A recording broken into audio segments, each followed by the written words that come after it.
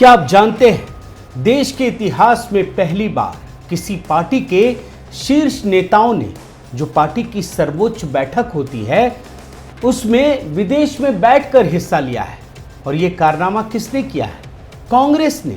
कांग्रेस के जो 3 सबसे बड़े नेता हैं, सोनिया गांधी, राहुल गांधी और प्रियंका वाड्रा, वो तीनों इस समय लंदन में हैं। और ठीक इसी समय जब पार्टी के कद्दावर नेता गुलाम नबी आज़ाद ने सभी दायित्वों से इस्तीफा दे दिया, बल्कि पार्टी के प्रारंभिक जो सदस्यता है उससे भी इस्तीफा दे दिया, तो इन्हें समझ में आ गया कि पार्टी में बगावत की बू आने लगी इन लोगों के पास। क्योंकि गुलाम नबी आज़ाद ने सीधे राहुल गांधी पर निशाना साधकर इस्तीफा दिया था। अब पार्टी में मचे घमासान के बीच और जो बगावत की खबरें आ रही थी, उसे दबाने के लिए इन तीनों ने लंदन में बैठकर CWC की बैठक में हिस्सा लिया। और जानते हैं, बड़ी ही चालाकी से जो ये बगावत के स्वर उठ रहे थे ना, उसको दबाने की कोशिश की। कैसे की और किस प्रकार से गांधी परिवार ने कांग्रेस में एक बार फिर से कब्जा जमाने की चाल चली है, इस वीडियो में आज मैं यही बताऊंगा। साथियों नमस्कार, मैं हरिश्चंद्र बर्णवाल। आज के इस वीडियो में मैं ये बताऊंगा कि CWC की बैठक के बाद किस प्रकार से गांधी परिवार ने कांग्रेस में एक बार फिर से अपनी पकड़ मजबूत कर ली है।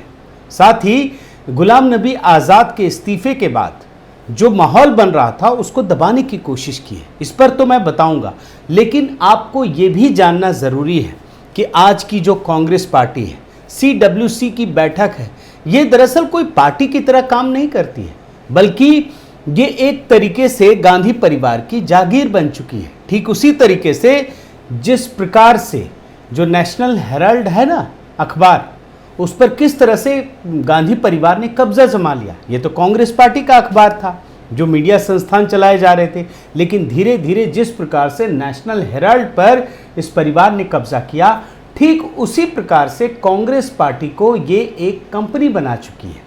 अब आपको एक एक करके मैं खबरें दिखाता हूं, आप देखते चले जाइए। 28 अगस्त को लंदन से बैठकर सोनिया गांधी, राहुल गांधी और प्रियंका वाड्रा ने कांग्रेस के अध्यक्ष पद के लिए एक चुनाव की तिथि का ऐलान किया। पता चल गया कि कांग्रेस में अब जब इतने बड़े नेता गुलाम नबी आज़ाद जैसे नेता छोड़कर जा रहे हैं, तो स्थिति तो खराब है ना। और सीधे सीधे राहुल पर इल्ज़ाम लगाया उन्होंने। इसलिए वहां से बैठकर एक इमरजेंसी बैठक की और जो 17 अक्टूबर को कांग्रेस में चुनाव होगा, इसकी घोषणा कर दी गई है। इसके साथ ही जो कांग्रेस में असंतोष पनप रहा था ना, उस पर भी लगाम लगाने की कोशिश की है और एक बड़ी अच्छी पहल की है, सुनकर आपको अच्छा लगेगा।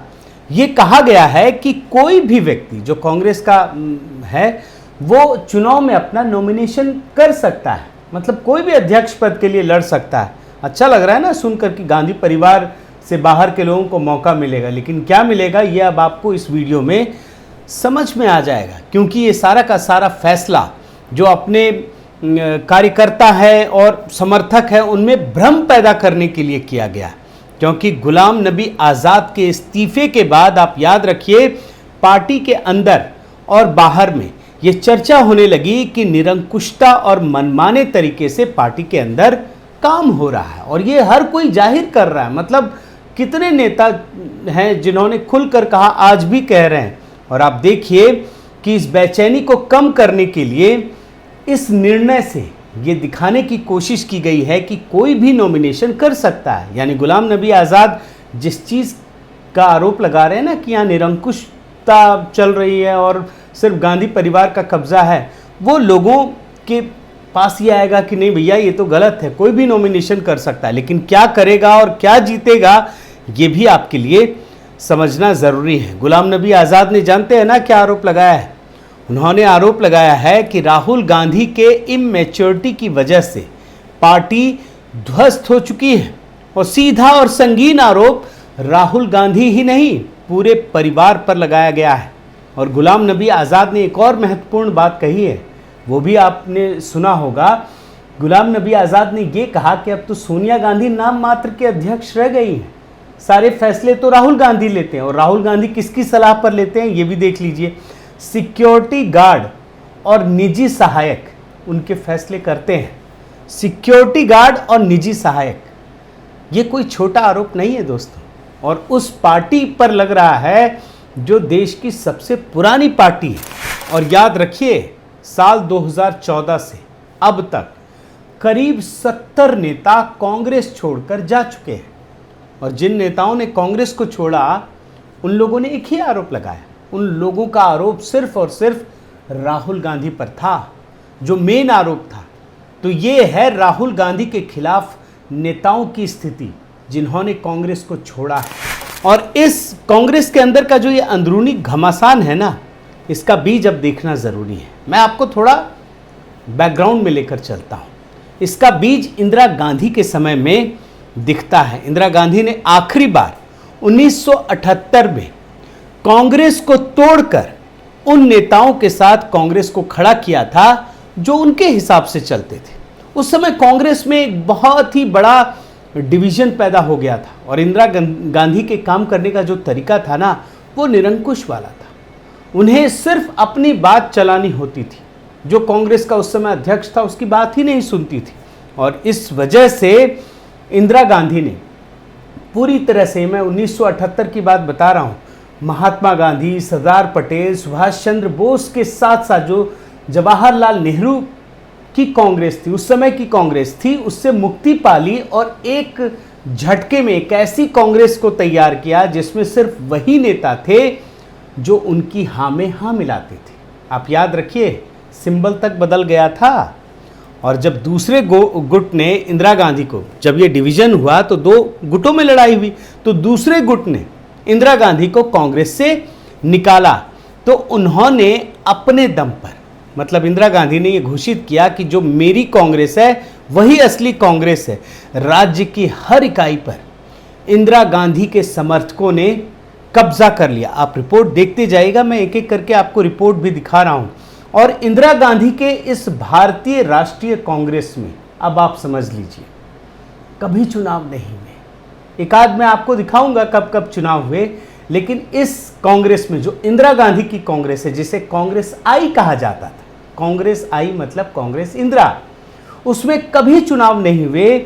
अध्यक्ष का चुनाव हमेशा CWC ने सर्वसम्मति से करना शुरू कर दिया। और CWC के मेंबर कौन होते थे?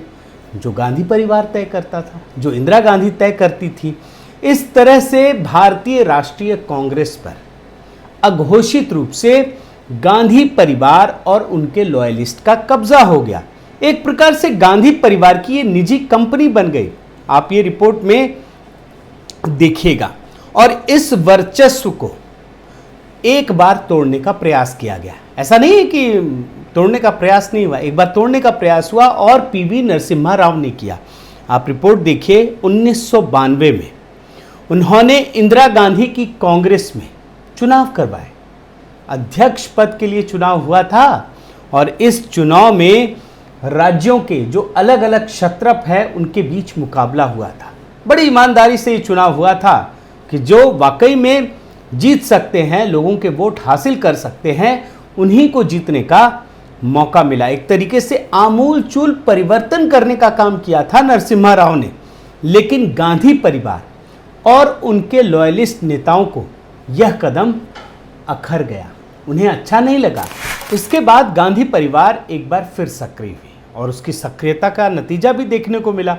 1996 में जो गांधी परिवार के करीबी थे, सीताराम केसरी, वो पार्टी के अध्यक्ष बन गए।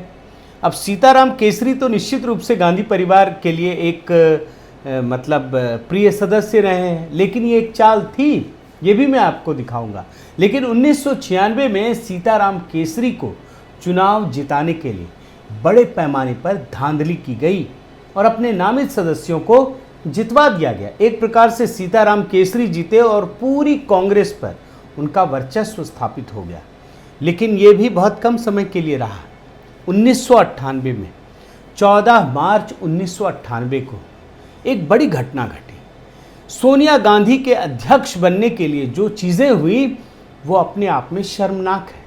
जो कांग्रेस पार्टी के अध्यक्ष थे सीताराम केसरी, उनको पार्टी मुख्यालय के अंदर ही बंधक बना लिया गया और जो अन्य सदस्य थे CWC के, उन्होंने सोनिया गांधी को अध्यक्ष बना दिया। और जानते हैं, तब से लेकर आज तक इस पार्टी में सोनिया गांधी ही अध्यक्ष है। एक आध मौके आए ऐसे जब बदला गया, वो भी मैं अभी आपको दिखा देता हूं, लेकिन गांधी परिवार बिना किसी रुकावट के तब से कांग्रेस पर उन्हीं का माने एक तरफा कब्जा है। सोनिया गांधी लगभग 22 वर्षों से अध्यक्ष है और अध्यक्ष रहने का ये सबसे लंबा रिकॉर्ड है। 1978 में इंदिरा गांधी द्वारा बनाई गई कांग्रेस को आज 44 साल हो चुके हैं, ये भी आप समझ लीजिए। और 1-2 साल के लिए सीताराम केसरी, PV नरसिम्हा राव अध्यक्ष रहे। और उसके बाद आप देखिए 2017 में राहुल गांधी को सर्वसम्मति से कांग्रेस का अध्यक्ष बनाया गया और कुर्सी सोनिया गांधी से राहुल गांधी के पास आ गई। और उस मौके पर आप देखिए, जब सोनिया गांधी ने राहुल गांधी को अध्यक्ष पद की कुर्सी सौंपी ना, तो बड़े संतोष में थी। और उन्होंने क्या कहा था, ये आपको सुनना चाहिए। उन्होंने कहा था कि परिवार की धरोहर जिसके लिए है, परिवार की धरोहर जिसके लिए है, उसको सौंपने में सफल हुई और कहा मैं राजनीति से रिटायर कर रही हूं। लेकिन सोनिया गांधी जो चाहती थी ना, वो तो हुआ नहीं, क्योंकि साल 2019 का चुनाव आया और इसमें बुरी तरह से कांग्रेस की हार हुई। अब इतनी करारी हार, बने इतिहास में सबसे बड़ी हार। इसके बाद मतलब दबाव में ही सही, राहुल गांधी को कोई रास्ता नहीं सूझा और उसे अचानक इस्तीफा देना पड़ा। इस तरह से 20 महीनों तक अध्यक्ष पद से दूर रहने के बाद सोनिया गांधी को फिर से रिटायरमेंट के बाद वापस आना पड़ा। और सोनिया गांधी जिस तरीके से कांग्रेस अध्यक्ष बनी है, देखिए इतिहास अपने आप को रिपीट कर रहा है। और यहाँ पर आप भूल जाइए सोनिया गांधी, राहुल गांधी, एक माँ और बेटे को समझिए। इस माँ को इस बात का डर है कि जैसा उन्होंने सीताराम केसरी के साथ किया, कहीं वैसा ही उनके बेटे राहुल गांधी के साथ ना हो जाए। इस बात का उन्हें डर सता रहा है, इसीलिए सारी गोटियां तैयार की जा रही हैं। कहीं राहुल गांधी के खिलाफ आप देखिए, जो चीज़ें हो रही हैं वो तो राहुल गांधी के खिलाफ हो रही हैं ना, ये तो आपको देखकर भी समझ में आ जाएगा। तो इसका मतलब है कि सोनिया गांधी इस तरीके से चीज़ों को प्लान कर रही हैं कि राहुल गांधी के खिलाफ बगावत ना हो। और जो काम उन्होंने किया था, मतलब उन्होंने फ़ायदा उठाया था, वो फ़ायदा कोई दूसरा ना उठा ले। सोनिया गांधी और राहुल गांधी एक तरह से कांग्रेस पार्टी पर पूरी तरह से कब्जा जमाना चाहते हैं। और जो चुनाव की बात हो रही है ना, ये सिर्फ दिखावा है, पर्दे की तरह इस्तेमाल किया जा रहा है। और इसी वजह से कांग्रेस पार्टी के अंदर कई नेता खुलकर बोल रहे हैं। आप देखिए, महाराष्ट्र के पृथ्वीराज चौहान ने क्या कहा है, ऐसे चुनाव के कारण पार्टी बर्बाद हो जाएगी, क्योंकि चुनाव का कोई अर्थ नहीं है, ये चुनाव तो सिर्फ दिखावे के लिए हो रहा है। और देखिए 17 अक्टूबर को जिस चुनाव की घोषणा की गई है, उसके लिए कांग्रेस के नेताओं ने यहाँ तक कहना शुरू कर दिया है कि कोई सूची भी तो होनी चाहिए ना। मतदाता सूची क्या है, कौन देगा वोट, किसके पास जाकर के वोट मांगेंगे, इसका मतलब सब कुछ छुपा हुआ है। और याद रखिए 17 अक्टूबर को जिस प्रकार से ये परिवार कांग्रेस पर कब्जा जमाना चाह रहा है, ये ठीक वैसा ही है जैसा कभी मोतीलाल नेहरू ने जवाहरलाल नेहरू के लिए किया था और जवाहरलाल नेहरू ने अपनी बेटी इंदिरा गांधी के लिए किया था। आपको एक घटना याद होनी चाहिए कि 1959 में जवाहरलाल नेहरू देश के प्रधानमंत्री थे और उन्होंने अपनी ही बेटी को उसी समय पार्टी का अध्यक्ष बना दिया।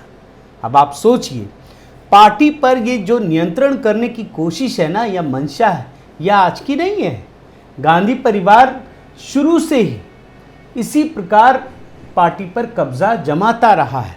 और ये मैं आपको रिपोर्ट में भी देख रहा हूँ, जबकि चुनावी मैदान में एक हकीकत आपके सामने रखना चाहता हूँ कि जब भी गैर गांधी परिवार से कोई व्यक्ति कांग्रेस का अध्यक्ष बना है, तब उसका सक्सेस रेट 57% रहा है। मतलब कांग्रेस में गांधी परिवार से ज़्यादा रहा है। लेकिन इसके बाद भी कांग्रेस को जिस प्रकार से एक परिवार के हवाले कर दिया गया या एक परिवार ने कब्जा जमाने की कोशिश की, वो बड़ा दुर्भाग्यपूर्ण है। साथियों, देश में लोकतंत्र के लिए सत्ता पक्ष के साथ साथ विपक्ष का भी मजबूत रहना जरूरी है। लेकिन जिस प्रकार से गांधी परिवार कांग्रेस में अपनी हनक स्थापित रखना चाहता है, वो देश के लिए निश्चित रूप से ठीक नहीं है, उचित नहीं कहा जा सकता है। आज जिस प्रकार से सोनिया गांधी, राहुल गांधी या फिर प्रियंका वाड्रा यह समझते हैं कि गांधी परिवार देश में लोकतंत्र और संविधान बचाने के लिए किसी से नहीं डरता, वो बल्कि लड़ने के लिए आगे खड़े होते हैं, तो उन्हें ये भी सिद्ध करना पड़ेगा कि कांग्रेस में लोकतंत्र जीवित है और इसके लिए खुद उन्हें ही आगे बढ़कर कदम उठाना होगा, जो फिलहाल ऐसा नहीं दिखता है। बहुत बहुत धन्यवाद। आपसे निवेदन है कि आप मेरे इस चैनल को ज़रूर सब्सक्राइब कीजिए, लाइक कीजिए, शेयर कीजिए, कमेंट कीजिए और इस बेल आइकन को प्रेस करना मत भूलिएगा। नमस्कार।